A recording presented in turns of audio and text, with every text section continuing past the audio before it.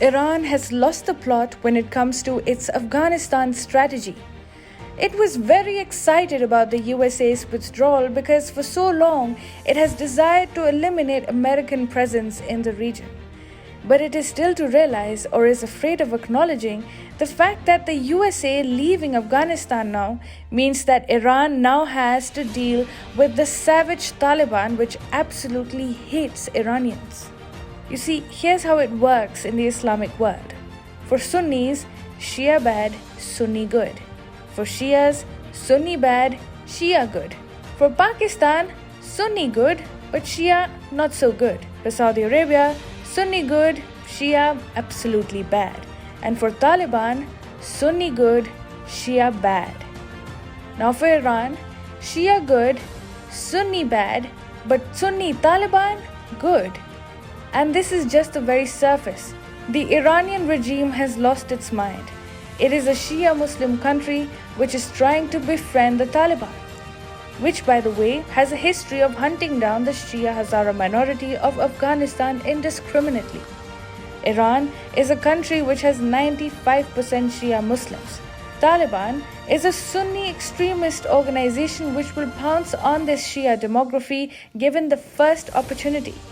Yet, the bankrupt regime of Tehran is going all out in its bid to please the Taliban. The consequences of such a gamble can be devastating for Iran, and the people of Iran are already livid. Hi, and welcome. This is TFI Global, the foreign affairs and geopolitical analysis arm of the TFI Media Group. I am your host Shubhangi, and in this video, I will tell you about the explosive experiment which Iran is trying to conduct with the Taliban and how this could blow up right in its face.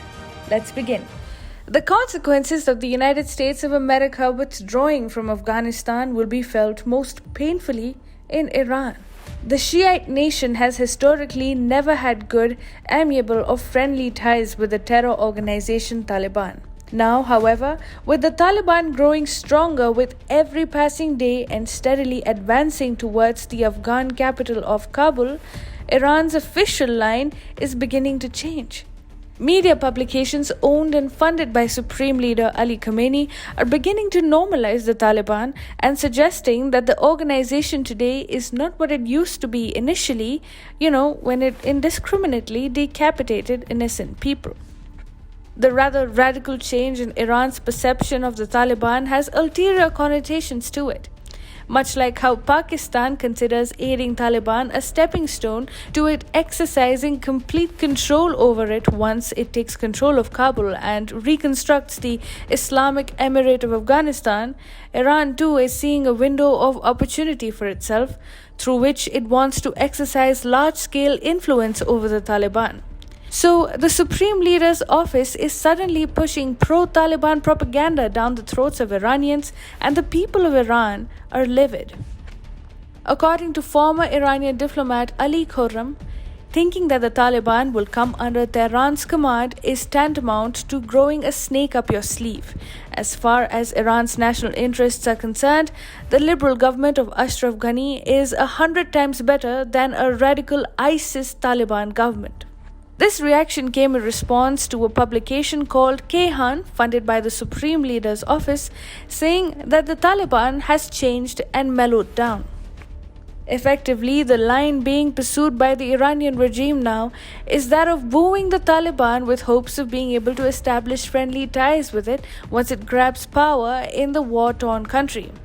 Kayhan tried to lessen the potential dangers of a Taliban takeover, as it said, "The Taliban today is different from the Taliban that used to behead people."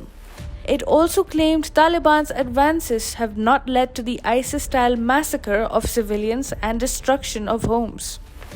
Iran has been quick to express joy over the US withdrawal from Afghanistan. According to Deputy Secretary General of the Iran-based World Assembly of Islamic Awakening, Hossein Akbari, the withdrawal of US forces from Afghanistan is a great victory for Muslim nations. What Islamists like him do not realize is the fact that Taliban is coming for Iran and its Shia Muslims. Some years ago, Iran's Ali Khamenei denounced the Taliban as sworn enemies of Shia Muslims, describing them as hard-hearted criminal and creatures of the United States. It is a separate matter altogether that after the US toppled the Taliban government in 2001, Iran sheltered some of the organization's members.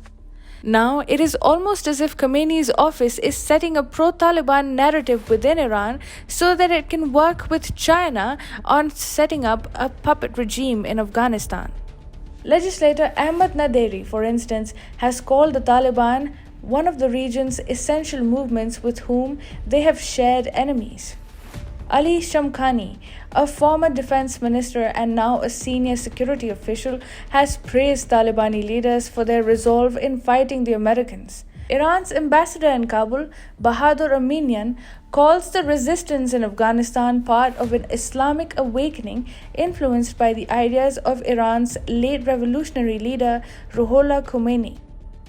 Pro-reform Iranians, who have come to form a significant portion of the population in Iran, are not liking Khomeini's plan to get into bed with the Taliban.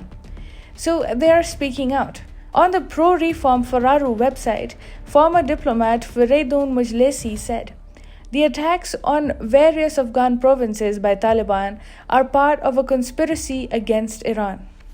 What the Khomeini regime of Iran is forgetting in its endeavor to fulfill its Afghan fantasies is the fact that the Taliban is a Sunni extremist organization whose interpretation of Islam is very different from that of Iran, which is a Shia nation.